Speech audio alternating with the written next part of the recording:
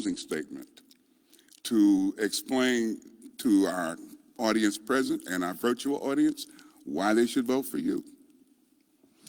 In between those times, I'll be asking you questions that have been gathered from 7th District residents that we've took from a survey, and I'll leave time for questions from our audience present. Please be reminded that this is not a debate, so you will not have an opportunity to rebut your opponent's comments. I ask that you please direct all of your responses either to me or to the audience. So, unless either of you have any questions, we'll proceed. Okay. Our first question. Well, actually, please introduce yourselves. I was going to do a coin flip to see who goes first, but I'm sure we're both gentlemen, so we'll allow the lady to go first. Good afternoon, everyone. I am Jessica Currie, founder and executive director of Missionary Currie for Women and Children, which is a local nonprofit organization here in Southeast Wisconsin. I'm also a licensed realtor here in Wisconsin, and I do a multitude of things in the community. I'm very community driven. My bread and butter is the city of Milwaukee, born and raised. Yeah, so that's who I am, Jessica Currie. Mr. Jackson. How everybody doing? Diandre Jackson, UAW, Local 469. My platform is based off the union. I come from the union, 17 years at Master Lock, UAW contract negotiator, trustee, and also head of the Civil Rights Committee, Civil and Human Rights Committee. As I'm out doing the work and doing the job as Alderman, it's been a good feeling to get lights replaced, learning along the way, and it's a constantly growing thing as I talk to people. You can talk to 5 people on the same block. Everybody experienced the world different. So as I push the trades, I like to point out my son, who was 19, $34 an hour, heavy equipment operator. Now that's life-changing money in some houses. And since I've been out on doors, if I meet somebody young or talk to somebody, like you got a grandson, I send them over to Big Step. Send them to talk to my guy Jacob, get him signed up, get him through the process. Talked to a guy the other day, I had to send him a follow-up text message Monday. He asked about GED and would that affect him. You go to Big Step, they'll put you on the right path and get you started. And Big Step, WRTV Big Step, is a collaborative with the trades and the city of Milwaukee to give you basically a launching point into the trades. So we push it. It's not just about a job, it's about a skill, a lifelong skill that nobody can take from you. You can constantly build on it, create your own businesses based off of it, and do the work. Now back to the community. One of my biggest accomplishments so far, it was off of 43rd, right off of Sherman and Free Brents. The snowplow carved into the lawn a little bit. So carved into the lawn, took a picture, sent it to the DPW manager, and got the follow-up pictures this past Thursday. It's been redone, put the seeds and the fertilizer on it. So good accomplishment. And just starting as I go, start a snowball and starting to learn as I go. The way I thought about things on the first go out is constantly evolving and constantly changing. So I ask people what's important to them, because everybody's different. Everybody experienced the world different. Let's say if I talk to over 1,500 people so far, only one person brought up that police should be focused on domestic violence and holding the people accountable under restraining orders. Now I needed that information because although that was the only person telling me that, that's something that's vital and important to the community. And like I said, as I go talk to people, constantly learning and teach. I'm not coming in with a glass half full. It's empty. I want to learn and keep evolving. Thank you. Thank you very much. You'll have the honor of our first question, Mr. Jackson. District 7 is a very diverse district with different needs for different neighborhoods. How do you plan to address or reconcile those different needs? Glad you said that. I've been through the district 2 times now, well, working on my 3rd, and you're right, every area is different. But what I like to do is some of the things that I pick up in different areas to transfer to other areas. So you have the Aldermanic area that has the Build Back Better this year. But if you over in Ward 61 with the Bridge Builders. That's an excellent nonprofit that does great things. I'm looking forward to working with them. They take out some of the guesswork when it's trying to get something done, whether it's windows or sidewalks or siding. They adjust to what they need to do. So Bridge Builders is a good organization. That's something I would like to replicate, or not necessarily replicate, but make sure everybody has access to that type of building. Because talking to people on the doors, talking to a lot of seniors, they on fixed incomes, they need a lot of things done around the house. And although I promote the $20,000 forgivable loan for the city, it's a lot of red tape and a lot of hoops to jump through for that. So something like Bridge Builders or the Build Back Better, the bid for the neighborhoods, it'll be an easier path for seniors to get things done around the house, and take out some of the guesswork. Because like I said, everybody different. Talked to a lady in what they call it, Little Canada. I just learned that was the name, Montreal and Toronto over there. And she said, DeAndre, listen, I'm fine. I just need 3 windows. So first thing I did was go over to Bridge Builders and have a conversation. How can I get these 3 windows done? So it's little bits and pieces of everything we need everywhere in the community. But it's the goal of working together and trying to replicate some of the things. You have Norwood, the Norwood area. They have great things over there.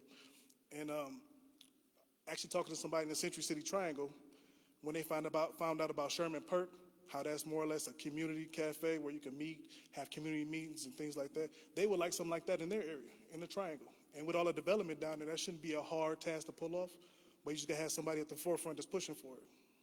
So constantly evolving, taking good ideas from everywhere else and putting them together. Thank you. Thank you, Mr. Jackson. Ms. Currie?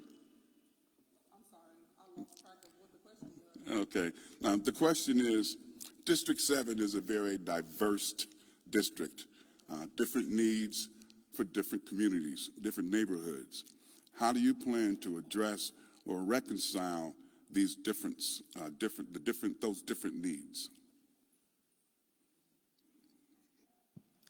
I will start by attacking the underserved because they are the ones that's overlooked. When it comes down to our seniors and our youth, we have to get into a system where we try to make them feel included because they should be included in, rather if they didn't pay in taxes or they used to pay taxes, because now that they on fixed income, I'm pretty sure they no longer paying taxes.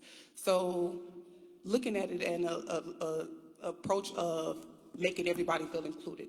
So that's where I want to come from, a community-driven individual that's focused on just the community. And how we can do that is having community conversations, community meetings, not just for them to be a part of any type of small associations, but have a big association where everybody can feel a part of something. So that's how I look to do that. Okay, thank you. Now you have the opportunity to answer the next question first. Okay. Are you familiar with the 4 business improvement districts in the district, and how do you plan to work with them? No, I'm not aware of the forward-moving, what is it? Business improvement districts. Pretty much, there are 4 districts within the district that have businesses have come together to improve their district. Yeah. Okay. So sort of like BID, right? Exactly. That's what it is. BID. Oh, BID. Okay. Bids. I have a great relationship Okay. with BID. Dr. Potts. Okay. Okay, great. So I am informed on that. I work alongside of many organizations that want to see change in our community. So I will work alongside of BID. I think they do an incredible work. I think they advocate for the small businesses that's not being advocated for, and they do a great job with marketing and getting the information out there. So just working alongside of the organizations that already exist and not try to reinvent the wheel. So like you said, the business with BID 29, right? I want to work with everybody that's a part of the 7 districts, so just collaboration.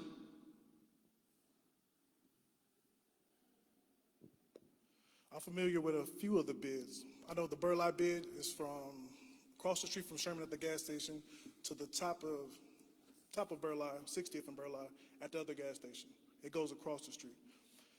And if I'm not mistaken, Sherman Park Association holds a seat on that bid, and the mayor appoints the chair of that bid. And from my understanding of my research, the chair of the bid or the bid association or bid board determines the outcome of said bid. So if you have a lazy council on the bid, you have a lazy bid, won't nothing get done. But I look forward to working with them and taking recommendations. So if the mayor appoints, he just doesn't appoint anybody. I would start with Mabel Lamb, see what you think, the community leaders. It's not my job to replace the community leaders. My job is to work with and fill. Because if I replace you, I got to do my work. We ain't trying to do that. So work with them, have them suggest the right person, put the right people in place. And that's with the right people in place we get the right things done. And I'd like to kudos to Oliver at Upper Yard that's in the Fond du Lac bid. And I'm not sure of the boundaries of the Fond du Lac bid, but before I even met Oliver at Upper Yard, I heard good things about him in the community. Keeps the front of the store clean, doesn't let anybody hang out in front, and he will be, if he's at the top of the bid, he will be a force to be reckoned with. He looks forward to change and looks forward to get things done. So if you have the right people in the bid, I look forward to working with them and supplying them whatever they need and giving them the support to make the community better. Thank you. Don't turn your mic off, because you're first with the next question. As you probably know, there are a number of investment companies that are buying up property within our district. How do you propose to address the proliferation of investment companies buying up housing in the district and the problems this causes? And how will you address absentee landlords in our district? Absolutely, absentee landlords is terrible, especially with the 7th district with a lot of homeowners. Actually, we use a program called the van to spot out who the voters are, and you're able to go to voters' households. But you don't really need it. You can just walk down the street and tell who owns their property, tell who cares about their property. So you don't really need the app anymore. You do this long enough, you get to learn it. So with the absentee landlords, it's not that the check or the bill or the ticket goes to the people that live there. It should be going to the landlord, if he in Florida, California, wherever you live at. And having these giant corporations own so much property, if you think about it right, you have 2 entities that could sink an entire district if they wanted to. So you got an entire industry that owns 9,000 units, and let's say, you know what, I'm done, everybody evicted. You can destroy an entire city with that. That's why it's called a monopoly, and we're supposed to avoid those things. That's why it's in federal law, nothing should be in a monopoly. Now, I'm not saying we could go in and break them apart like they did, Microsoft or something like that, but it has sometimes to be done. We have to hold the absentee landlords accountable, find out who they are. Just yesterday, I was on 37th and Burleigh, talking to a homeowner, had a great conversation, and we walked through his yard, a pile of tires and garbage was behind a vacant home. Now, I took a picture and sent it in, hopefully it could get taken care of, because when that happens, the piles just grow. People just keep dumping on and constantly adding to it. So those are little things we got to start with, and that bill shouldn't be with the city, it should be with the absentee landlord, wherever he may be, with his feet kicked up in California somewhere. Give him the bill, hit him, and if you can't handle the property, this is too much for your plate, it needs to come back to the city. That's what I stand. Thank you, sir. Ms. Currie. So as a realtor, I have a realtor approach with this. I believe there should be a cap on out-of-state investors on how much properties they can purchase. And then I also believe that we should teach our community financial literacy to give them an opportunity to purchase these homes. A lot of people don't have the financial background, or they come from a generation where they rented their whole life, so they don't think that it's possible. So we can advocate for more homeowners in our district and just in our community as a whole. So just giving them the resources, giving them the funding, and making more homeowners. Thank you. Don't turn your mic off. You're up first. We're flipping here. Okay. Okay, I like it. All right. How do you plan to make yourself accessible to your constituents, and how do you plan to address their concerns? How do I plan? My mic, is it? Okay, there you go. How do I make myself accessible? So my campaign office is actually in the heart of the district. I'm available.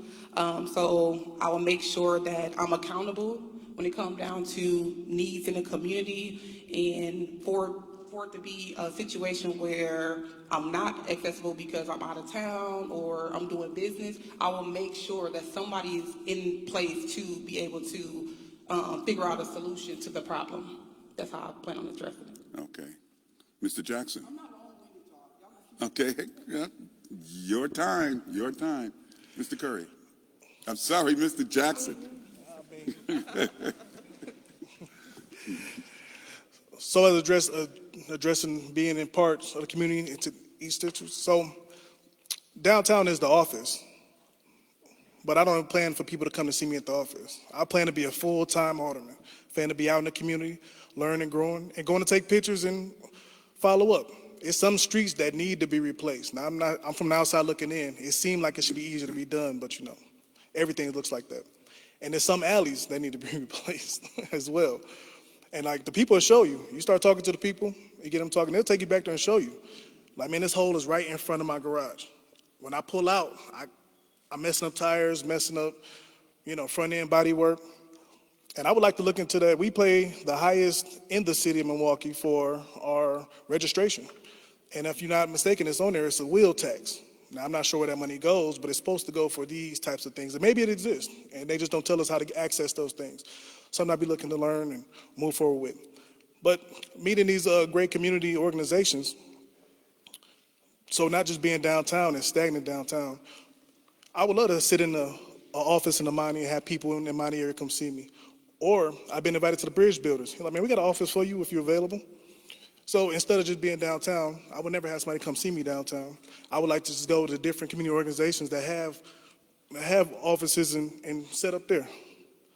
Not too long, but I'll definitely set up and eat their snacks and drink their coffee. And meet the people where they are, you know, make it easier. Parking downtown is terrible, and them $25 tickets is no joke. Okay. Go ahead.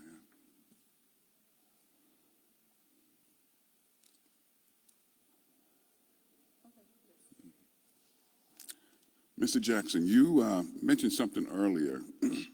You came across an area where garbage had been dumped in an area. What is your plan for addressing illegal dumping? Well, actually, since the last time I mentioned that, I got calls that the city has put into the budget illegal dumping as part of the budget. So as far as setting up surveillance cameras for hotspots, and also encouraging the people to turn them in with some sort of cash reward. Now, I haven't dug into it deep enough yet, but there will be a cash award for catching illegal dumpers. And that is also from the city's budget and also for the city police as well, from their budget as well, to catch these illegal dumpers and take care of it. Because, like I said, I got to say that mine here has to be the #1 for illegal dumping. And like I said, with all those dead ends and dark streets, and absolutely, that'll be the hot spot. And that's what was told to me at the doors. That's what I learned when I was in the area. And I asked the question about surveillance at the time, and who knew that the city had a budget for surveillance for illegal dumping. So look to work with the city, learn more about that, and get it to the people. And if it's a cash monetary reward for catching illegal dumpers, man, I'm gonna be like the crocodile hunter. I'm gonna make me some money. Ms. Currie.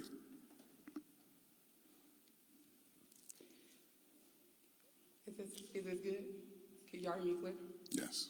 Okay, so illegal dumping is a big issue in our community, but we need more dumpsters and we need more access to being able to dump our trash somewhere. So I have a building on 35th and Burleigh, and people always use my dumpster. They like, why won't you just put a padlock on there? And I'm like, listen, if they put it inside the dumpster, let them use it. Why would I lock it? That's better than putting mattresses behind my building. Let them put it in the dumpster. So allowing people to have access to dumpsters and making it affordable for people to be able to dump their trash. And then also giving the people a number to call. So if they have money for people like the candidate here to make a award to, you know, call in on somebody, why not have that same funding going towards people to be able to have that access to dumping, affordable dumping? That's all I have. Okay. An issue that is of very much concern to folks in our district.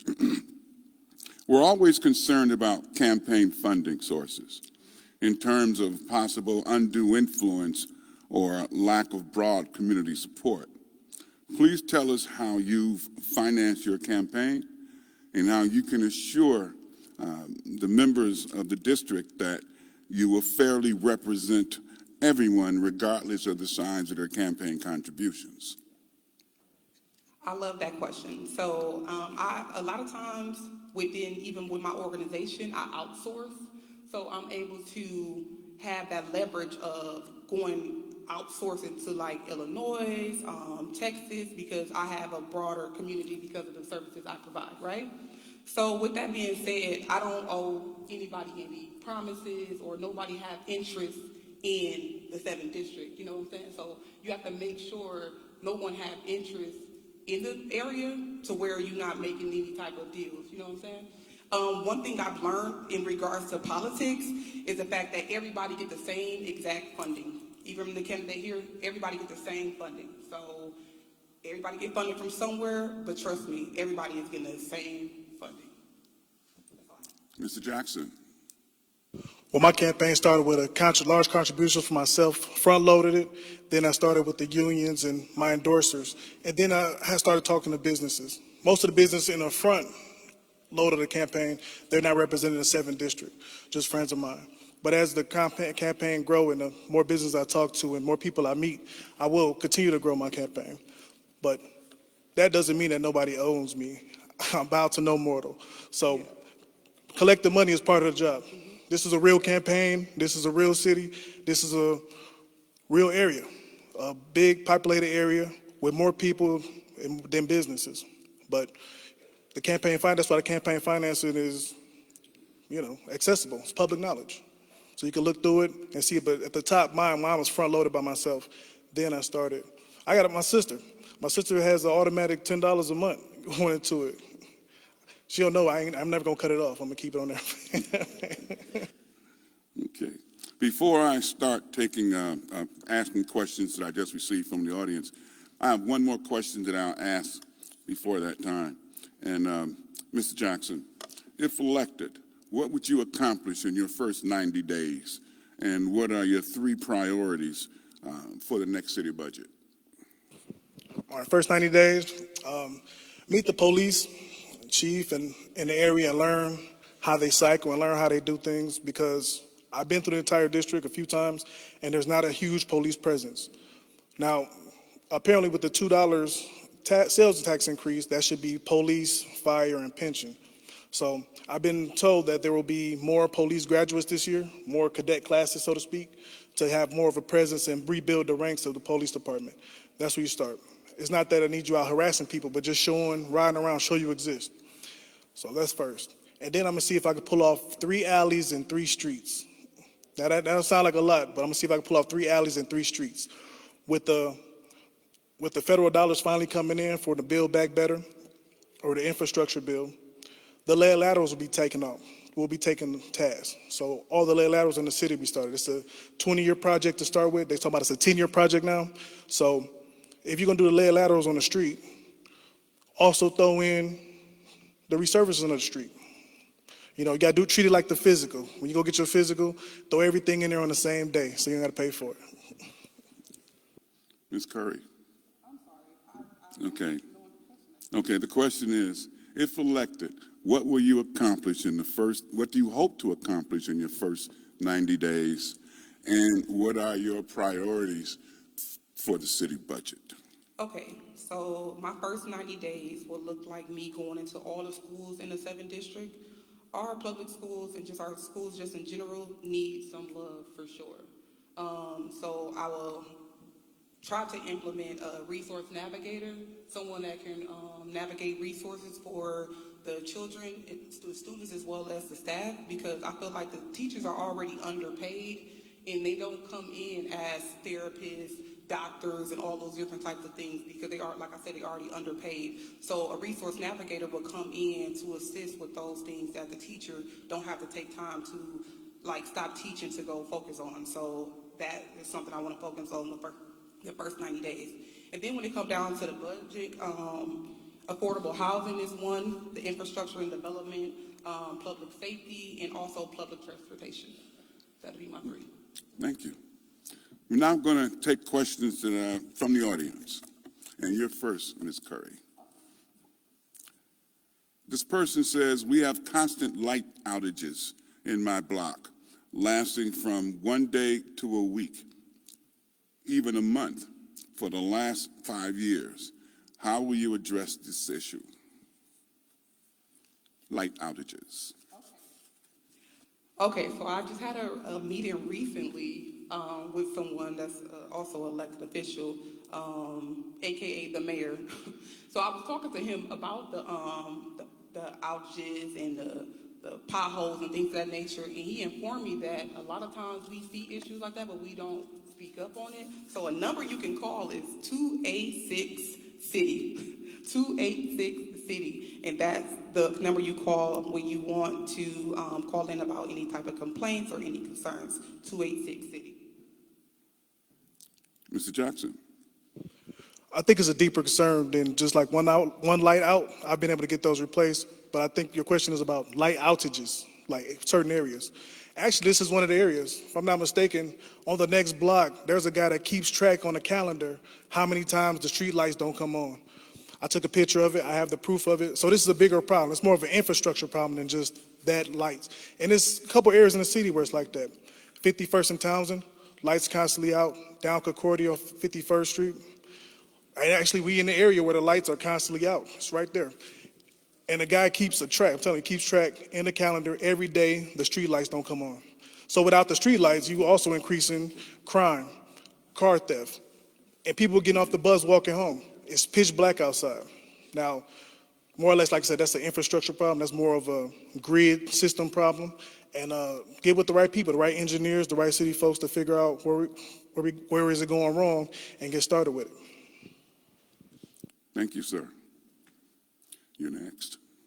As the 7th District Alderman, what would you do in regards to the drug deals that we see going on all the time and in front of homeowners? Yes, mobile drug dealing is a problem across the whole city. But I know on 68th in Congress, there's an independent block captain, independent area, and she was able to get funding for Zoom cameras, or not Zoom cameras, the cameras on the doors for the entire block. Got a grant for it and got it done, so now the entire block is monitored. Now I would take that a step further with we have a lot of veterans, a lot of retired veterans in the community. Just say if we have it set up where the cameras are on and streaming, we had the veterans an hour a day just peep in on it and look at the camera system. There's something that could be easy. It could be a monetary donation to it. And it's just something that it seemed like it's low-hanging fruit, but it seemed like we could get to it. And it's not just a single area problem, it's everywhere. Because you would think some of the nicer areas, I was as far as up as 58th and Keith, being told about mobile drug dealing. And these are some nice areas, you know. And even to the south side, it's all over the city problem. I think it'll take the diligence and some creativity to try to pull it off. Working together as well. Now, if we have a hot spot, you get the grant funding to get everybody the right cameras on their doors, and then have somebody monitor it to try to curb some of these things. Or just have a sign that say this is a monitor block to try to curb some of these things to get correction. Like I said, the same old not working. We got to create creative. There's enough technology out here for us to do better. Thank you, sir. Ms. Currie. Yes. So what I would do about the drug problem is it's just crazy because we've been dealing with this issue for decades now, decades. So we have the ability and the mobility for us to be able to do something about it. Rather if we having a cop car sit out with no cop in there at all, just behind tinted windows and things of that nature, and for us to actually address it hands-on, like not being afraid. We have to take our community back. We cannot allow drug dealers or criminals or anyone to just take over our community. We have to take back our community. So we have to work together. A lot of times people always say, well, no snitching. If you see something, say something. If you see something, say something, because you really can save a life. And we have to just learn to work with our police and our elected officials to combat these issues, because this has been happening before I was born. So if you see something, say something, and let's get active. Ms. Currie, although a number of measures have been taken to curb reckless driving in our community, do you have suggestions for dealing with reckless driving above and beyond what's happening thus far? Yes. So how I look at it is, when you're running from a consequence, it's always going to lead to a deadly end. Running from a consequence will always lead to a deadly end. Holding these people accountable, when it comes down to even with the police chase, I almost got killed 3 times because of a police chase and whatever. So we have to get better training with our cops, and also we have to make our community aware that that's even going on. This week, I actually got my car hit because of reckless driving. Somebody drove into my car on Fond du Lac, right in the 7th District. So I have been impacted by reckless driving, and we need to get more people with driver's license. People are driving without license, and I don't even think that's a goal no more for people to even want to get driver's licenses. Like, people just get a car, whether they steal it or bought it, and just go. And we have to change that. So with reckless driving, again, we should get creative with some of these things. I mean, if the police have to chase because they know that that's a criminal, all right. But to find out that somebody in my family got killed because he had an out tail light and you chased him and it wound up in a death is terrible. And the 7th District has been 48 deaths since 2020 due to reckless driving. And I keep saying we got to get creative, we got to train some tactics because the same things aren't working. It's a Oak Brook Police Department in Chicago used something called Star Chase. It's more or less a tracking device that shot out and hit into the car. And once it get in, it does what it does as far as tracking the car. That's something that could curb. I'm saying that's not the total fix, but I'm saying start somewhere. And it doesn't seem as complicated, like just cell phone tracking. When you speed up, when you're using Google, I don't know what the iPhone people use. I use Google Maps. But when you're using Google, it tells you how fast you're going and what the speed limit actually is. Meaning that phone exists. And as your phone bounces off of different towers, it should be a way to just track the phone in the car. Now, again, that could be a little futuristic, but it's just an idea. Or we start basics. I remember when I was younger, I used to get tickets for not having the proper plates on my car. I remember I used to get pulled over a lot when I was younger. I won't say because I'm black, but I got pulled over a lot when I was younger. But some of the old taxes might have to come back, and like I said, we have to get creative. Cars used to get tickets that didn't have plates on them out in the street. Cars used to get tickets that were parked on the wrong side, on the proper night side. You get back to these small things that could kind of curb some of the bigger things. And if you got to take somebody's car, it just has to happen. Okay, Mr. Jackson, do you have a vision for adding more green spaces, green infrastructure in the areas that have suffered from environmental injustices for decades? Neighborhoods such as Sherman Park, Aldermanic, doing things like removing asphalt, rain barrels, and installing rain barrels and bike lanes. Absolutely. So actually, like you said, it started in a Miami area. I think Miami doesn't have enough green spaces, but what they do have is a lot of vacant houses that are on the verge of non-repair. So we could start there. But more green spaces, absolutely. And then with the green spaces, you add green energy. There is a Milwaukee pilot plan for green energy that will create green jobs, green union jobs, I might add. And so now we're talking about solar panels. And since most of the seniors I talk to talk about being on a fixed income, so you don't just do the green spaces, you do the green all the way. So you add solar panels, you add windmills, you add what things you need to add. And the rain barrels, recycle that water to water grass, recycle that water to wash cars. I mean, these things already exist. We just have to implement them and take a little training and a little elbow grease. Okay, Ms. Currie. What was the question? The question is, do you have a vision for creating green spaces, green infrastructure for those communities that have suffered environmental injustices for decades? Yes. So I actually agree with the rain barrels. I think that would be something that we need to implement for sure. But as well as the solar panels, I believe we should start having grants for people to have access to those, because the average homeowner is already struggling. So I think that will actually help them and benefit them, because it's, energy sufficient and whatnot. So also we can bring back recycling. In other cities and in other like counties, they actually have programs for recycling. It's like when I was a kid, I used to love picking up bottles and collecting cans. I wasn't homeless, but I was collecting them cans because I knew at the end we would get like 10 cents. And it's like now I don't see nobody collecting cans or really helping the environment. It's like we doing more damage than we doing good.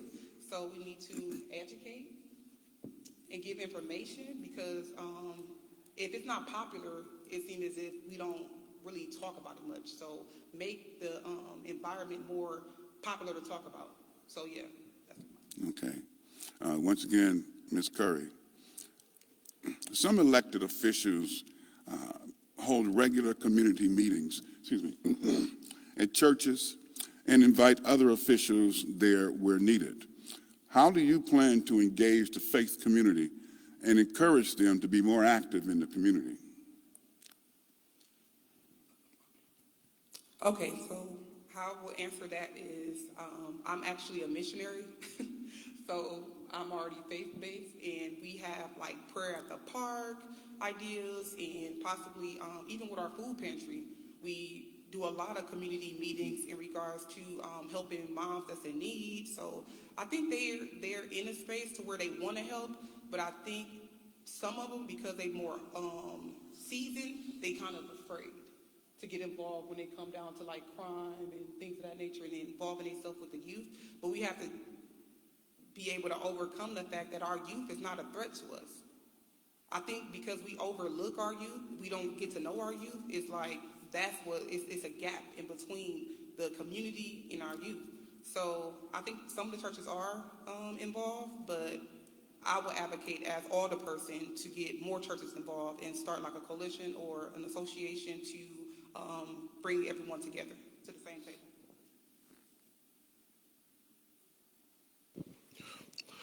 I look forward to working with the churches going forward as far as community organization. I mean, look at this room. It's incredible. You can have some beautiful things here. I didn't know this exists. I was here before, but I was in a smaller room for the breakfast. But this is nice. I will start with from the top down. Every area or district has overlapping officials. So let's say you have me, the county supervisor is Felicia Martin. Then over that you have the senator, Latanya Johnson, because this could be from the state down. A lot of funding and things that are cut off at the state level directly affect Milwaukee. Now, I'm not saying the state hates Milwaukee. I'm just saying a lot of things at the state level are specifically to destroy Milwaukee. And if you get with organizations like Micah does beautiful things. I remember they were head up on the Westline project because the Westline project didn't have enough people of color on the project. And when you take federal dollars, you have to have so many amount of minorities on the job. So since this is something that's already exists in the federal level, working with organizations that want to spearhead something, they just need the support and the resources to do so. And again, some of these things start at the state level. So when Micah had to go after the construction of the West Line,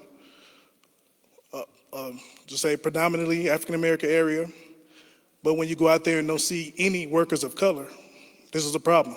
And this is a federal statute, so there's nothing we have to recreate. This already exists. And I remember Micah spearheaded that effort, brought those people to table and task to get the right things done.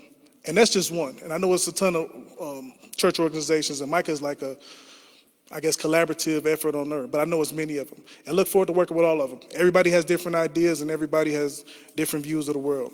And the church is the best place for me to start with the youth.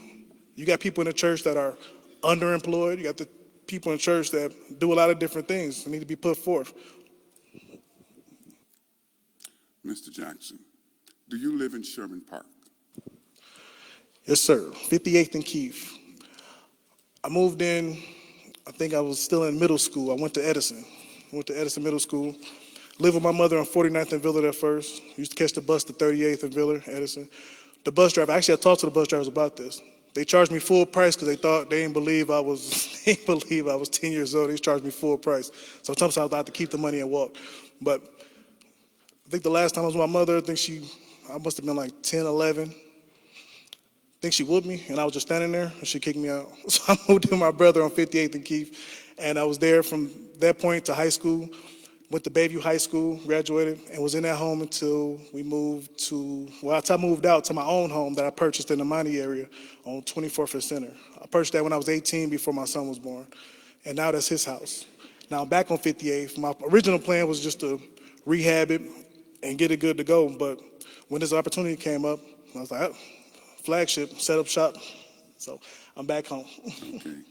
Ms. Currie, do you live in our district? Yes, I have a property in the 7th district that's being renovated though. So it's actually looking new, getting prepared, because I actually just had 2 more kids since COVID. So I had to get a bigger space and whatnot. So yes, I'm directly in Sherman Park. Okay. Ms. Currie, what are some of the things you'll do to strengthen home ownership in our district? Okay, so like I said before at the last event, by me being a realtor, I have been able to bring 7 new homeowners here in the 7th district. Rather they bought investment properties where they have a duplex, they live in one unit and then they rent out the other unit. I have been really successful in bringing people here to the 7th. So yeah, so when it comes down to home ownership, I can help, whether it be credit repair, financial literacy, because we offer financial literacy. We have an amazing relationship with ACT Housing. We have a partnership with ACT Housing. So if you look on their website, you will see my organization there, because we want to strengthen our community, and strength looks like basically us out advocating for our own. It will start with financial literacy. People, I think I said this at the last event I was at, people buying cars before they try to purchase a house. You destroy your debt-to-income ratio. And that's where you'll start. Start with credit repair. And it's a lot of information out there, like I said, we just don't know about. When I was younger, I thought paying cash for everything was the way to go. But then when I go to the bank, I don't exist financially. So the first thing I did, my buddy told me, he signed me up with his credit card, and I was able to absorb his history and credit card. So 120 points in 30 days. And like this is something simple that anybody can do. But like I said, we don't know these things. These things need to be shared and experienced, because it starts with the credit. And that's one thing we're not really taught about in schools. I mean, I'm getting credit. I'm teaching my mom about credit. You know, it's a learning experience. That's where you start. And then just owning a home is, if somebody move into a home they own that they never owned a home before, it comes with a ton of responsibilities. Like people discovering they have to pay a water bill. People discovering that, you know, their roof leak when it rains, when the rain blowing east to west. You know, so now with the home ownership, you also need the support of getting things fixed up. Having somebody you can come in and trust and do the job right the first time. Otherwise, you got to do it again. You got to pay for it twice. And just information with a lot. People don't read their insurance statements. It's a lot of fine lines that exist in your insurance statements. Like, let's say 55th over there where it's a lot of flooding over on Capitol, 55th up in that area. If you don't have flood insurance and the basement backs up, anything lost in that flood could be on you because you don't have flood insurance. So it's a learning experience, and it's so layered and leveled. I would start with credit, but there's so many other options, because you got a window that get busted for whatever reason by a bird or something. Who gonna replace that window? You know. Okay. Did I ask you that question? Okay. Okay. Mr. Jackson, what do you feel is the role of an alderman? The role of alderman, I'm assuming, is a mini mayor. That's how I explained to me. So although the basic things that need to get done, garbage, lights, potholes, snow plowing, that's in your purview of work. But then on the city level, the things you vote for affects the entire city and not just your area. But if I look at it like competition, I make 7th district the best out of all of them, if that's the way you look at it. Because just getting stuff done, like I said, this process of going door to door and meeting people and going to different areas, I learned that the street lights belong to the city. And to get the city street lights done, you call the city. The alley lights are We Energies. I didn't know that, but I learned that out trying to get the work done. So I called, they taught me. Now I go out, take a picture of the little stainless steel bracket on there, You call We Energies for the alley lights and the city for the street lights. Simple things like that. And also your relationship with the police department. Like I said, I've been through the district a couple times now, and I don't see a huge police presence. Now, I could be wrong. They could just not be where I be. It could be just a coincidence, but more police presence will be available. I remember when I was younger, we used to ride down Capitol. We used to keep a police car parked there with nobody in it. You had to slow down. But back then, we got pulled over a lot more as well. So it'll take a lot of growth from the city, and I would just look to be the leader of the 7th District. Listen more than I overtalk, and not just listening till my turn to talk. Actually listening and implement what they're saying. Out on doors, constantly learning, constantly growing, and everybody's different. You could talk to 10 people on the same block. Everybody experience the world is different. And you got to listen, learn, implement it, and help the 7th District as best I can. Okay, thank you. The role of an alderperson is someone who's advocating for the community, and also they would be over the tax budgets. So everyone in every district have their own tax budget, so we'll be over that. And I always say I'm the mini president. You use mayor, I use president. So I look forward to, once elected, to be someone that's going to advocate and going to represent and going to do a great job at doing everything that I can to serve. Another thing. So we all a part of a committee. It could be public service, or it could be the education system. We do different committees. Okay. Ms. Currie, are you aware of the major infrastructure projects planned for the 7th District, Roosevelt Drive, Sherman Boulevard? And how do you plan to ensure the residents' concerns and issues concerning issues to be recognized? And secondly, are there any other infrastructure needs that you have identified in our district? Yes, I have. So when it comes down to the schools, that should be another thing that we should focus on, because a lot of the schools don't have air conditioning. They have heat problems where they send the kids home early and things of that nature. Our roads, even on Hampton, they doing new infrastructure even on Hampton, their roads and things of that nature. So so with our parks, let me see. And then also affordable housing. Affordable housing, that's one as well. So that's it. So I would start with learning about the Deep Tunnel Project on Roosevelt and how that affects the people. Because when you read it, it actually goes to 2025. And actually talking to a resident, if you look at the map, it starts on 35th and Roosevelt, and then it skips like 3 blocks, and then it goes from, let's say, 45th all the way out to 60th. Now, those people that live in those 2 blocks, like, what's going on? Why don't you just do the whole thing? So it just takes some learning and see if that also comes with a resurfacing.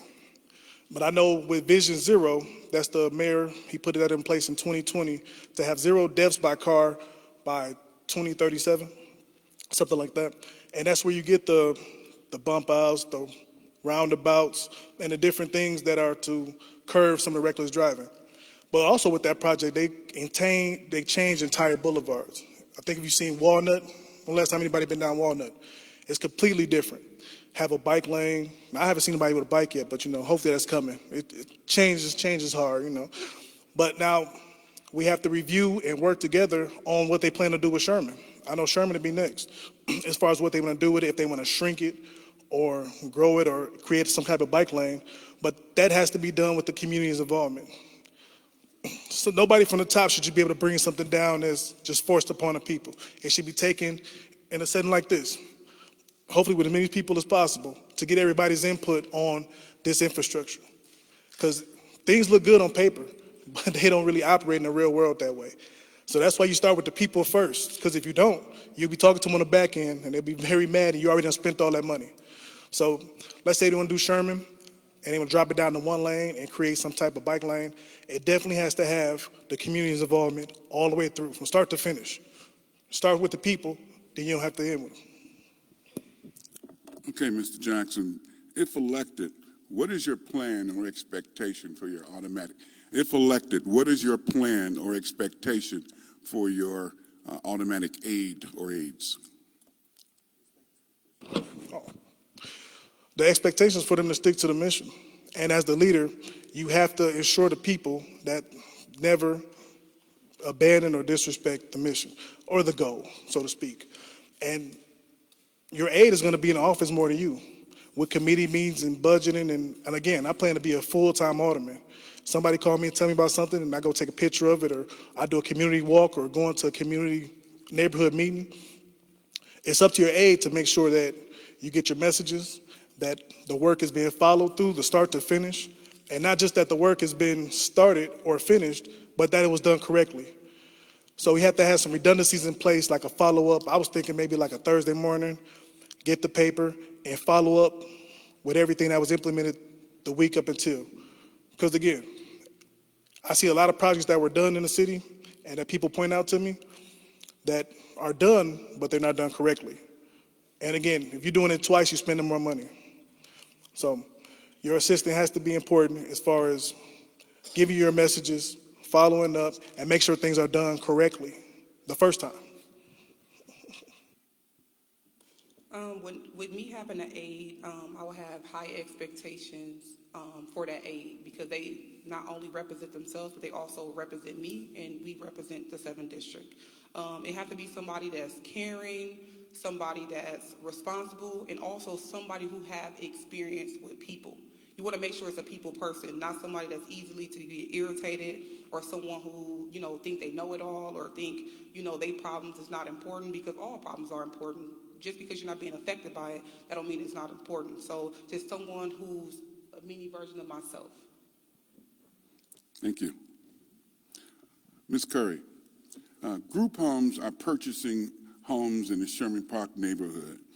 The neighbors are not notified that these purchases are taking place or even planned. We're not notified of the mental health or the drug rehab homes that are moving in. How do you plan to rectify this? That's a great question. I haven't heard that one.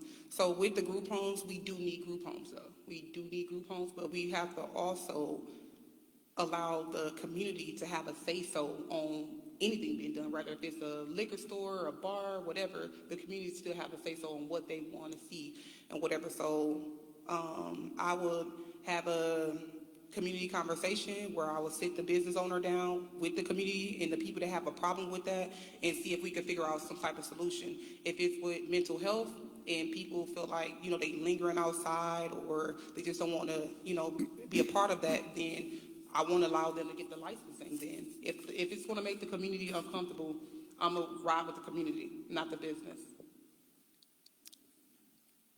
So the first I heard of this had to be on 44th and I think Townsend. Big, beautiful houses over there would be easily converted into some type of facility. And the person was like, we don't have no idea. And if I'm not mistaken, there should be some type of ordinance or something in place that there shouldn't be so many in a concentrated area. I mean, we have enough empty buildings to support these things. Now, along with that being in the community with these type of organizations, don't get me wrong, they're needed, but it has to be input by the people. Has to be input by the people, because you got to know what's happening. Think about it. You see the signs that say deaf child or autistic child. This is to let you know that if you see somebody playing in the street, that it don't lose your temper or don't go crazy, because it's a reason. Or you have to know and that's another thing, people knowing their neighbors. I met somebody yesterday that, nice sweet old lady, but if I'm not mistaken, she was the one that also had a silver alert. And the neighbors got together, they found her, and took care of it. So it will start with the people. If you want to start this business, you're going to have to go politic for yourself. You're going to have to go door to door, get these signatures, and if the people don't rock with you, people don't rock with you. And again, it's enough empty buildings in the 7th District or Milwaukee whole to support these businesses. They are needed, but you got to start with the people. Okay, Mr. Jackson, what is your definition of economic justice, and how does economic justice play out in your plans with serving the people of our district? Economic justice. So let's start with fairness, because well, what area the city needs is not the same as other areas of the city need. So if I'm on 27th and Roosevelt, or not, 27th and Townsend or something, those houses over there don't have the historic preservation like Sherman Park. Now, let's say you were able to get $20,000 for this house on 27th Street. That 27 is not going to be the same as like on Sherman. And just the roofs alone. Some of those houses got those old, nice, hard ceramic roofs. Now, that's a whole different entity. That's 20 grand in itself, just the roof. So, but now as in maintaining communities, not saying they should have a different amount, but the area would dictate the economic justice and fairness. Because like I said, let's say even 10 grand. 10 grand not gonna go as long as on Sherman Boulevard as it would go on 27th Street. And the justice part of it is everybody getting a fair opportunity. Now, sometimes, talking to the seniors, especially retired union members, they tell me their pensions, they tell me like a secret. I'm like, how many pensions you got? I got 4. Like I'm wearing a wire or something. But now these people apply for some of these things and don't qualify. They say they make too much. And that's unfair. It's your money. It's the taxpayers' money that's put into the system to feed back to the city itself. So I would look to learn these things, learn about grants, learn about some of this red tape, and try to make it easier. I'm looking to have it down to a point where you just come in, bring your paperwork, you sign, and you out the door. But that take me learning, that take me doing some work. And I'm learning as I go. Everything new that you learn, just keep picking up the road snowball. I could talk to each and every one of y'all. I could tell me different about something that y'all need. And that's where the learning start. Thank you. Okay, so with the economic justice, I would advocate for fair wages, as well as fair wages. I was talking to someone, and they was basically talking about like the schools and how some schools are overfunded and some are not. But I've learned that they was basically saying it's not about what you know, it's about who you know. That's not fair. All schools are important, whether if it's public school, charter, or private, and I believe that everybody should be treated as equals. Even with the kids, I feel like you're not giving them a fair chance to excel in education or even when it comes down to jobs.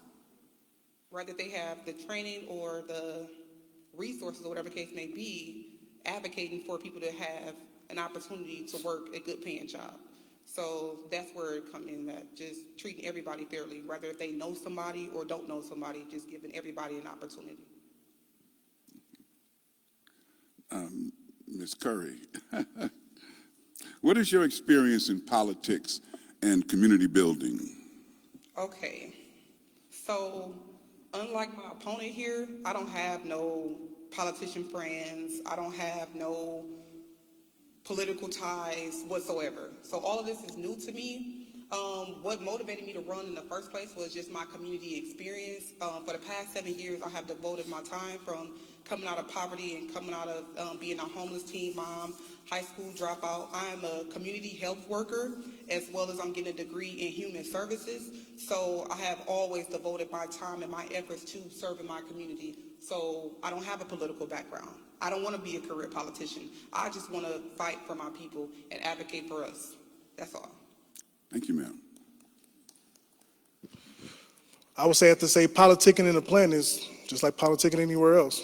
Everybody different. You have to address everybody's needs and be private about it. The things that affect different people, different races, you have to encompass all that in the job. Now, the political side of it is representing the contract in the factory.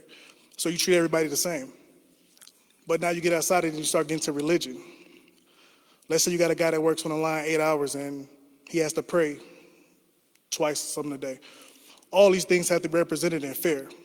So the political side would be just working with the people and working with the powers that be, I would be one of them, and bridging the gap. That's how I look at politics as far as that way.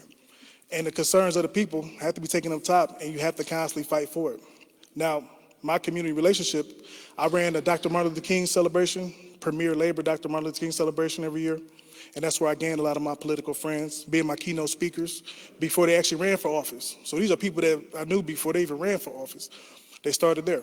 Or being in Madison during Act 10, where you get to meet a lot of people, rallying at the Capitol, and actually being, you read about marches and you read about these things, but actually doing it and being a part of history is something completely different.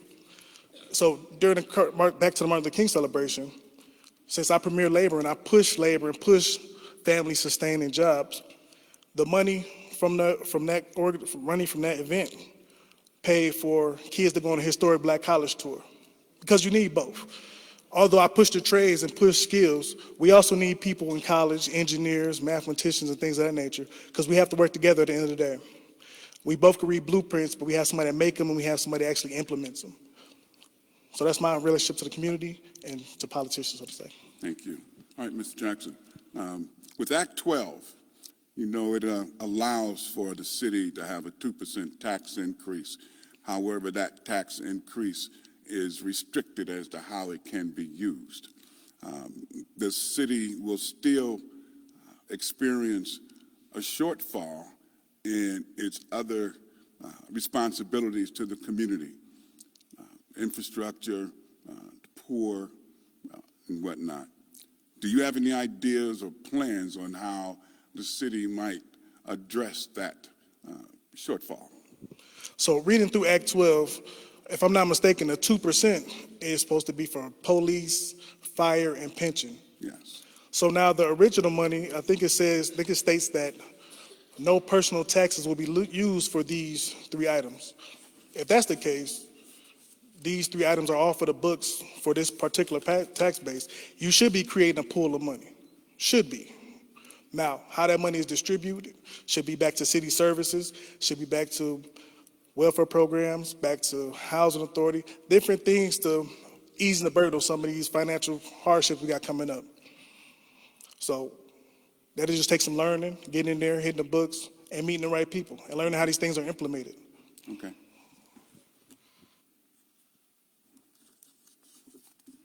So sorry, could you ask the question again? Okay.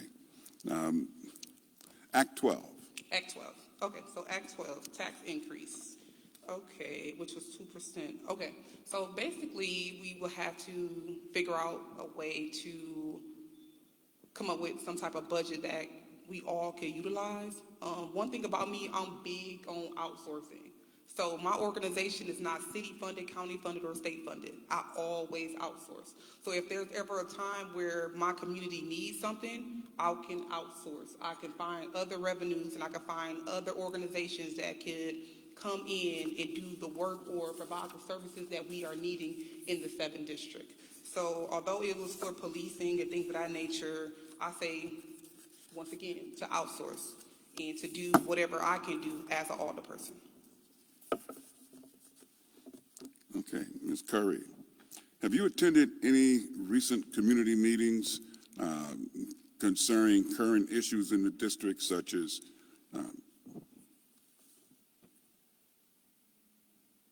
can't read it. Cardiff County Parks Department, et cetera, to learn or give input on issues? Does that make sense? Yes. Okay. So we just recently was at Bridge Builders and whatnot, where the community was able to come in and voice their concerns in regards to traffic and things that was going on in their community.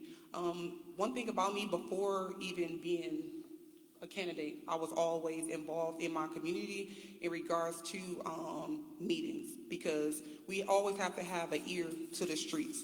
In order for us to be in the know, we have to know. So we have to sit down in these meetings, whether if it be at the church, whether if it be in the Sherman Park Association meeting or anything like that. We have to make sure that we have the information in order for us to grow. So yes, I always partake in community meetings. Okay. Yes, I attended the Norwood meeting that was at Sherman Park. Met with them, and again, Norwood is the new area that was added to the 7th district from the 10th district. And that was that first community meeting with that group. And they invited me over there doing doors, like, hey, you got to come to the meeting. And I've only attended meetings that I was invited to. So I only been to Bridge Builders in Norwood. That may not be the best approach, but it just seemed to work for me. So I went to the Norwood meeting, And that's when I learned. They had a community police liaison officers, and they go over everything they need to go over. Problem houses, how they work together to get rid of a problem house. They went from the crimes from the last time they met to this time they met. And I think I said it before, but so they had 6 crimes. One was a fight inside of a home, a domestic, but the other 4 theoretically could have been prevented. 3 of them was people leaving their keys in the car, warming it up, and those cars were stolen or vandalized or damaged. And the other 2 people left products or book bags or things of value in the car. So in theory, those 4 crimes could have been avoided. In theory, not saying it wasn't going to happen, but in theory, those 4 crimes could have been avoided. But that's what it takes, the information. That's what it takes, the neighborhood knowing one another, knowing about what's going on in the community. And that's the way to go. And that, I know that happens in other places around the district, and I look forward to sitting in all the community meetings and learning everybody in the community leaders. And again, not to bypass the community leader, but to support them in their mission. I have a hypothetical for you, Mr. Jackson. Neighbors are calling you about a problem, be it property or whatever. How are you going to handle their problems, their issues? As you get into this job and learn how things actually work, I think Department of Neighborhood Services is one of the top resources for problem houses and also just junk in general. Like I said, you see a pile of garbage, tires, old couches, stuff behind an abandoned house. You have to get rid of it quick because that pile will continuously grow with other people dumping in the same area. So it'll take you taking pictures of it, getting it to the right people, and following up. Again, not that the job was done, but that the job was done right. So I was on 41st, corner of 41st and Concordia. A house next door had got cleaned out. The city came and cleaned everything up, but they left like paper and little debris that probably the forklift or the guys didn't pick up. I just called one of my guys that does my line and sent them over there to clean it up. Not saying that that's something I could continuously do, but you want the job done right. And that was the complaint. He said, man, they cleaned up, they did good, but they left all this paper, they left all this debris, and the stuff blowing into my yard now. So let's just get to it, do the work, and do it to completion. Ms. Currie, same hypothetical. Okay, so hypothetically. You have people calling you, neighbors calling you with an issue or a concern, property. How will you handle that concern? How will I handle that concern? So I will try to call them directly versus trying to do an outsource and see what it is that I can do, because maybe they just need a resource. Maybe it's something that I could have myself to go out there and do, or my husband to go out there and do. So first to see what the problem will be. But if it's a major issue, like he said, the Department of Neighborhood Services, that is a good outlet, that is a great resource, but overall just going at it full force and not trying to make excuses and coming back a few weeks later or a whole month later knowing that the problem no longer exists or making the problem even bigger. So I will attack the problem head on and figure out a solution. Thank you. Okay, Ms. Currie, knowing that you live in the district, do you belong to any block clubs, any community, local community organizations? And if so, what's your involvement in those organizations? No, so I don't belong to any, but I do love Amani. So I have been following with Amani for a while now. I'm friends with someone that's on their board, so I have been affiliated with them. But I feel as if, please don't take it personal, y'all, but a lot of you guys probably feel the same way. You don't feel accepted in certain groups. And even when I knock on doors, they say the same thing, like, I'm not a part of certain, groups because I don't feel welcome. And that's the same, I had some of the same experiences and whatever. So we need to have a bigger group, not just a small association or anything like that, but something that can cover the whole second district versus just small sectors. Mr. Jackson.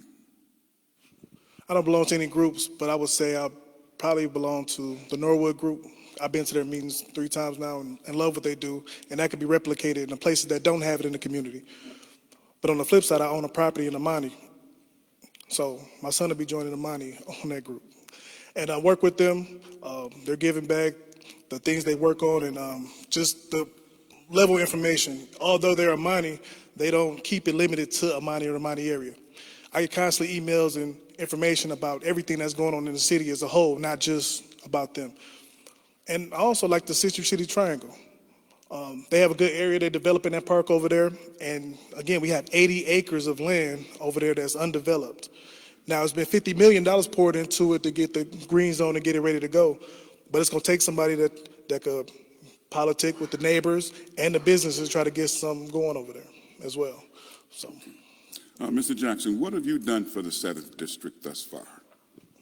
what I've thus far for the 7th District, I just say some lights, get some grass repaired, get some garbage removed. But I'm mostly proud of getting 7 guys signed up through Big Step to better their lives. That'd be my biggest accomplishment. And like I said, I go to the door, talking to somebody, and they say, hey, you know what? My grandson need a job. Well, here you go. Call my boy Jacob at Big Step. Take a piece of mail with you so you can be getting an RPP. That's the Residential Preference Program. Because, again, you riding past jobs, and not a lot of people that look like us there. But, again, this is federally funded. It's a mandate.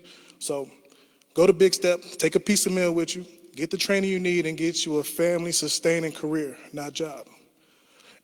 I enjoy talking to people about pensions and how they like, man, I make more now than when I was working. Or I learn more about Social Security. I got a guy that's working, and he like, man, I'm trying to work another year to get this last 2%. And I'm, man, retire and skip that 2%. You know, so it'll just take some learning and things that way. And like I said, pushing the jobs, pushing the jobs, pushing the jobs. Ms. Currie. I love this question because it actually reminds me of how far I've come. I am young, but I have been doing community work for the past 7 years. My food pantry actually started in the 7th District. 4610 West Fond du Lac, Owens Place. I don't know if you guys are familiar with that location, but we had our food pantry on the back of a U-Haul truck, free to all, any county, any zip code. Like I said, like even if it's not income based or anything like that, we don't have no restrictions because we're not, funded by anybody that could give us some restrictions.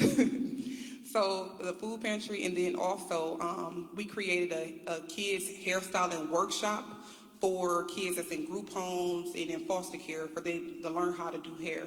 And then also in the 7th District, I still have a community impact center where we provide free seminars, trainings, and workshops. So the 7th District, I have put a lot of work in the 7th District for the past 7 years. Thank you. All right, Ms. Currie, how do you plan to connect with stakeholders in the area and include them in the success of the district if you're elected? So how I plan on doing that is collaboration. I'm really big on outsourcing and collaborating and things of that nature. So just bringing in key stakeholders, elected officials, business owners, and also the community to where we all can be successful and thriving together. So that's how I plan on doing it. Okay, thank you. I will start with the people. Despite the relationship you have with a business or a business owner, if the people don't mess with you, it's up to the people. The people are the one I work for, not the businesses. But now if I have to be that liaison between the two, I could do that. But I would start with the community organizations in those areas, depending on that particular business. Start with the community leaders in those particular areas about that particular business. Because again, some people's problems are not necessarily problems with the business itself. It could be problems with the traffic the business creates. I think I was on 37th off of north of Burleigh. And the problem wasn't with the store. The problem was with people pulling up and not pulling all the way up. So when you try to pull out to make a right turn, you can't see anything. So a lot of times, not necessarily the business itself, but the traffic or things like that the business create. And start with the business owners. Like I said, before I met with Oliver at Upper Yard, it was the community in the area that was telling me that, man, we like it over there. He keep it clean. He works with the community. He doesn't let anybody stand out in front. You want people to feel comfortable and safe when they walk in the store, not walking through a crowd of people to get into the store. So I will let the people guide me in the right direction with the right business owners and right people. Listen to the people first. Again, because all problems are not necessarily business problems. It could be traffic-related problems to said business or garbage-related problems to that said business. Like the store, it's been a ton of stores. I think it's on 43rd and Capitol.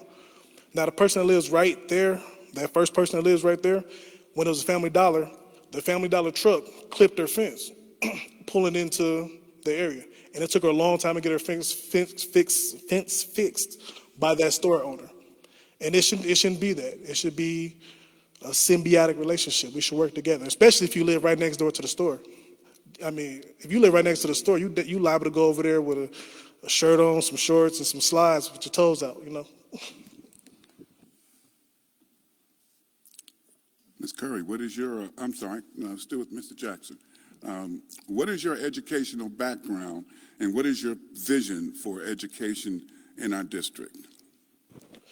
So my educational background, I finished high school and I have some college because I went to MATC to further my metallurgy skills. That's the manipulation of metal. So I'm a metallurgist by trade. But with that, MATC has so many other programs, and also Big Step has so many other programs that are geared towards what you're trying to do. So education doesn't have to be monolithic and all about school, but there is a lot of programs and entities in the community that can give you the training and things you have to do forward and push forward to. But one thing that has to be focused on is for-profit colleges. That is a problem. Because think about it, you sign somebody up for nursing, they go in for nursing for a year or 6 months or so, but they have a felony. Now, they will never become a nurse. But you done took these people money and their time, all this time. So it's not just furthering people's education and giving people access to education. It's the predatory education as well. Like the choice schools. The choice schools that take money from the public schools, the choice schools a lot of times discriminate against handicapped people or mentally capable people, and that's discrimination. Now, if that's the case, they shouldn't get any funding.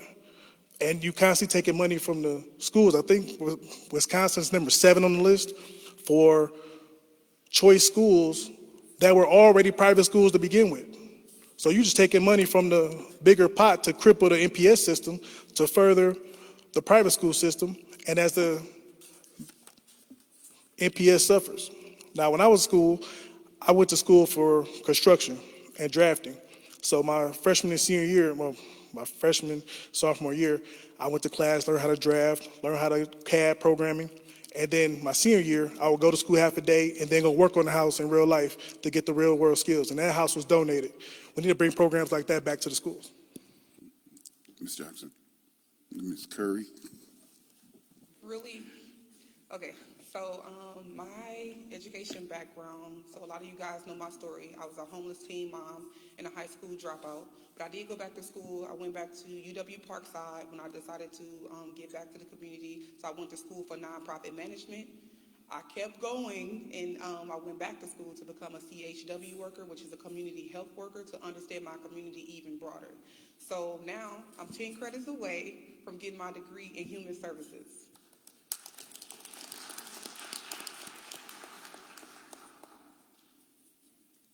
Okay, once again, Ms. Currie, please speak to what you've learned about St. Joseph's Hospital and how you plan to communicate with them.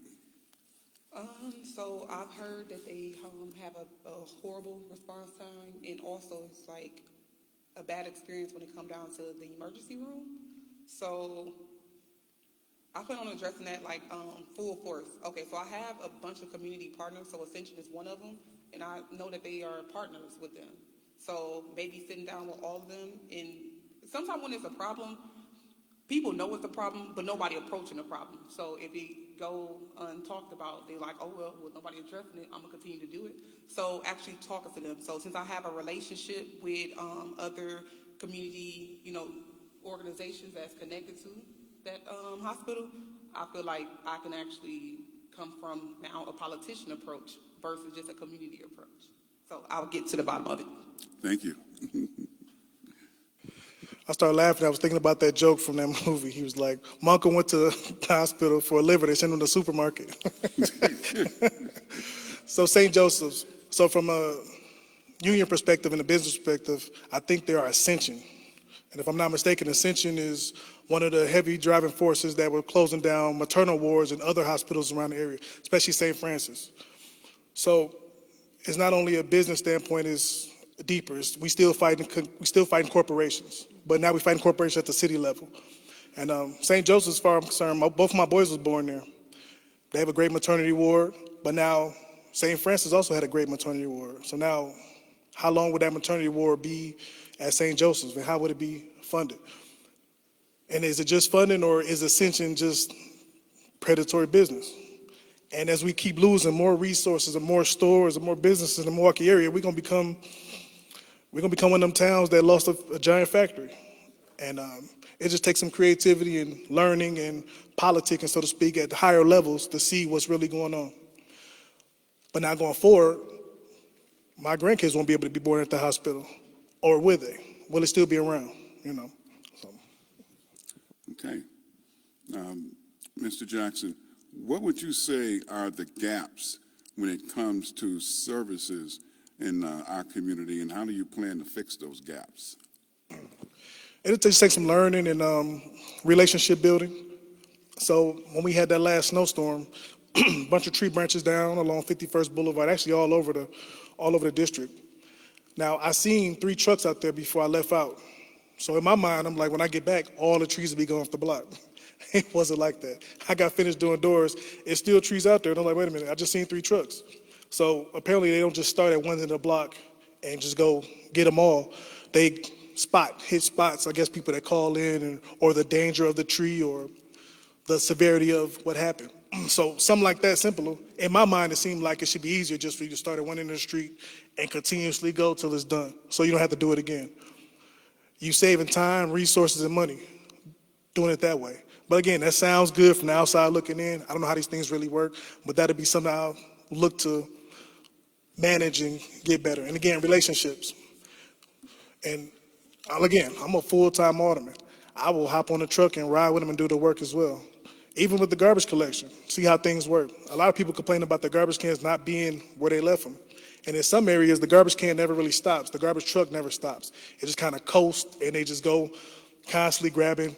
But now you pull out your garage, you can't pull out because your garbage can sit directly in the middle. So now is that a better process for them, or is that a better way of doing things? And then I would also learn that the garbage cycle changes with the holidays. But let's say it's a team A and a team B. You love what team A did, but as soon as Thanksgiving hit, team B does it completely different, come at different times of the day, leave your garbage can across the alley. So it just takes some learning and finding out how things work and getting to the root of it myself, and not just relying on the figureheads telling me what's going on. Get to the people, find out what's really happening. Thank you. Ms. Currie? Sure. Okay. What would you say are the gaps when it comes to services in our community, and how would you work to fix those gaps? Okay, gaps when it comes down to services. I will bring all the community organizations together to create a bigger impact. Think about it. When we are doing turkey giveaways, it's like 1 million organizations doing turkey giveaways. Back to school, it's 1 million organizations giving away back to school book bags. When we can have a bigger impact if we just work together. So bringing the community organizations together for they can have a bigger impact, and they need to learn how to work together anyways. So I bring all the community organizations together to work together. We're nearing the end. Okay. Ms. Jackson, how would you address the issue of corner stores in the 7th District? For example, it concerns violations and safety of the community. Corner stores. Okay, so with corner stores, what was the part? Okay. The problem that some corner stores might, as it comes to safety in the community. Okay, so I have the perfect one, right? So 44th and Center. I done had so many complaints about 44th and Center where the community is saying like there's people that standing outside and they scared to go to the store because of that issue. And then also I had people tell me that they wasn't gonna vote for me if I didn't address the issue with the stores. But we have to hold the stores accountable, but we also have to hold the people accountable. They basically bullying the business. If you really look at it, they bullying the business, because why are you sitting outside the store? We tell you to move around and you just come right back. So how do we fix that problem as well? So I would try to just figure out a solution to the problem. Okay. I think the corner store issue as far as safety is a little deeper. As the city has to replenish our police population, we should be able to address that as far as police response. But what I learned is that each time the store calls the police, that's more or less a ding on their record when it comes to licensing. So now you might have store owners that are afraid to call the police to get a crowd of people from in front of the store because they're trying to get as less hits as possible before they go back to licensing. Now, can that actual system be addressed so they can use the police freely and keep the community safe? Or are they just bound by this outdated plan of getting penalized every time you call the police, when these stores are actually tax-based and taxpayers that take care of the taxpayers and tax-based? You know, you should feel comfortable to going in the store, not walking past 40 people. I think the worst store is outside the district. It was, you can get nachos there on 27th and Appleton. There's like 50 people outside every time you go over there. But it's like it's at your own risk. And as I taught my kids growing up, or my nieces and nephews, somebody holding the door for you that didn't buy nothing, you gotta watch that person, you know what I mean? So, and only with the corner stores, it's beyond safety. What about the 400% increase on the products inside that you've seen them at Aldi's buying a day before?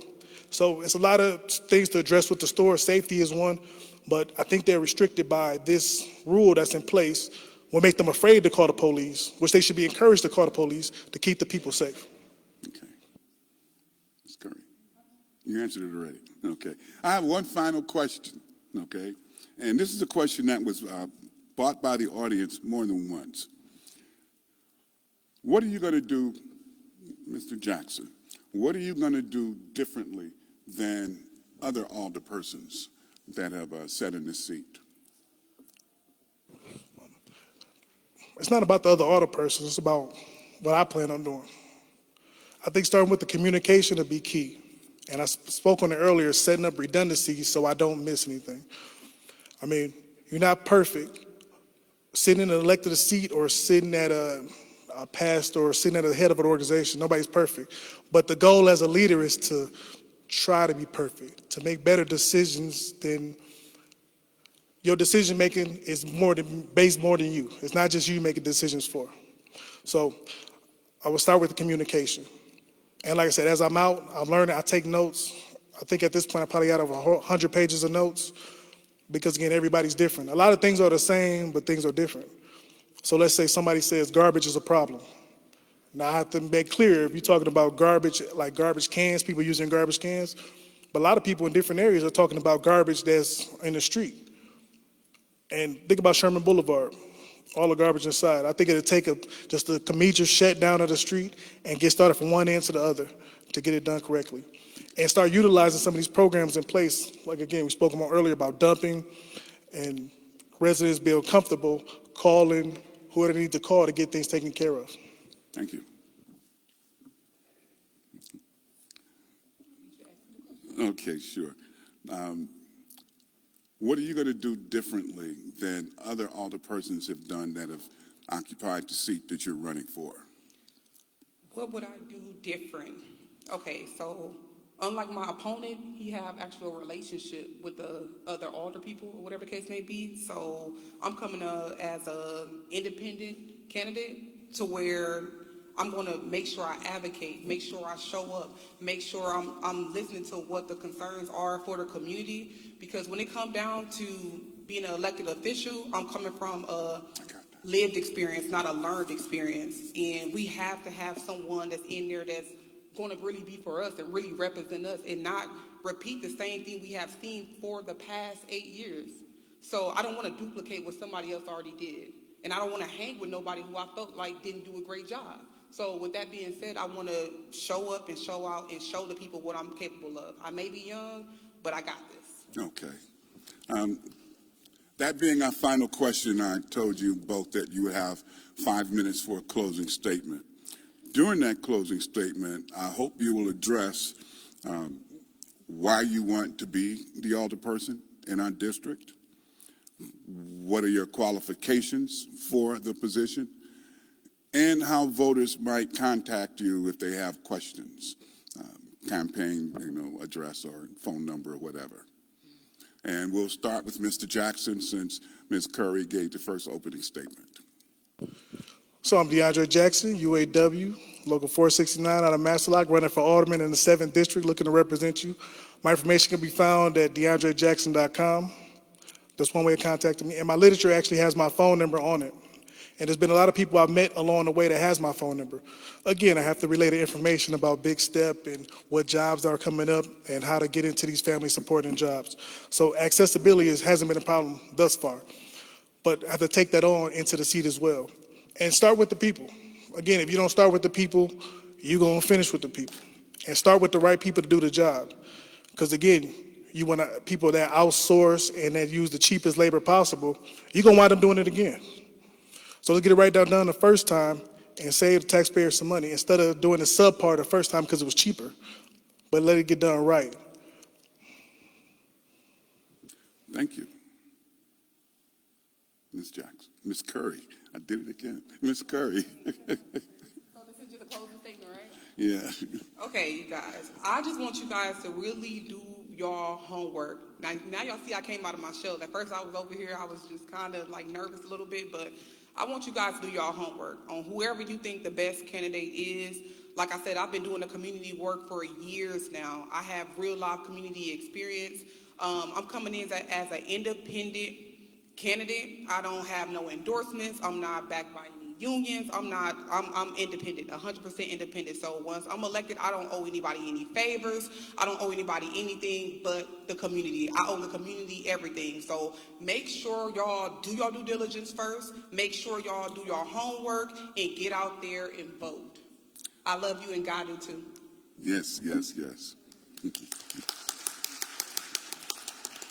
And once again, on behalf of the Milwaukee branch of the NAACP, Sherman Park Community Association, and the rest of our partner organizations, I'd like to thank our guests today, Ms. Jessica Currie and Mr. DeAndre Jackson for joining us today, taking time out of their busy day to join us today. We appreciate it, as does our audience. And I want to thank our audience for joining us today as well. Both of you present and our virtual audience. And once again, I'd like to thank Pilgrim Rest Missionary Baptist Church for hosting today's forum. The NAACP is a nonpartisan organization. We'd like to extend an invitation for any candidate of any party to join us at our next live/virtual forum, which will be for the mayoral race. That forum will take place Thursday, March 28th, my birthday, from 6:30 to 8:30 at G's Clippers, located at 2200 North MLK Drive. Before we close for today, I'd like to give Ms. Lamb an opportunity for a closing comment if she has one. Thank you. I would just like to say thank you, candidates, for participating as a community leader, stakeholder, a resident, a constituent, potentially. I would definitely look forward to working with you. And I hope that when you, whichever one of you win, that you reach out to the community-based organizations, all the organizations that make up the neighborhood. So I just wanted to make sure I said that. But again, we thank you all for joining us at the Sherman Park Community Association. If you have questions, you can find us at www.shermanpark.org. Additionally, this forum was live streamed on Facebook. It is recorded also on Zoom. So if you do have any questions or you want to review it, please feel free to do that. Again, it's www.shermanpark.org. Thank you to Deborah Ford Lewis and to Steve O'Connell for helping sort through the audience questions. And thank you to Miss Yvonne McCaskill. Thank you to Urban Media, Terrence up in the booth who's doing the live recording. And again, thank you all for joining us. Please make sure you vote beginning March 19th, which is Tuesday. Early voting starts. If you don't make it there, make sure you go to vote on April 2nd. You can also go to www.myvote.wi.gov to find your polling location, to find out what ward you're in, to make sure you're registered to vote. You can even look at your voting record. So please take note of that. We do have some resources outside of the door here that will also guide you. I know the Election Commission is also looking for people to work at the polls. I think they pay a little bit, about $250 a day. And it's only one day. So those of you who are interested, please reach out to the Election Commission too. And again, we do have more information outside. Thank you for joining us. You all have a safe afternoon and safe travels back home. Okay. Okay. We're almost done. I would like to give the final word to the president of the Milwaukee branch NAACP, Mr. Clarence P. Nicholas, and introduce my co-chair, Mr. George Bledsoe. Mr. Nicholas, would you like to make a comment? Then we're done.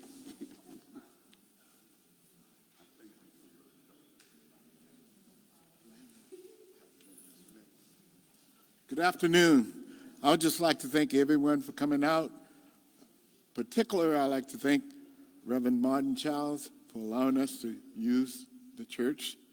And I guess I'll try to remember the names nonetheless. George Bledsoe, Deborah Ford, the chairman, Ricky Townsell, and then anyone else who's involved, all the participants. I thank you. Thank you very much. That being said, good evening or good afternoon, everyone. Yeah, thank you. Thank you. That's your next job. Okay, that's spelling bee. All right.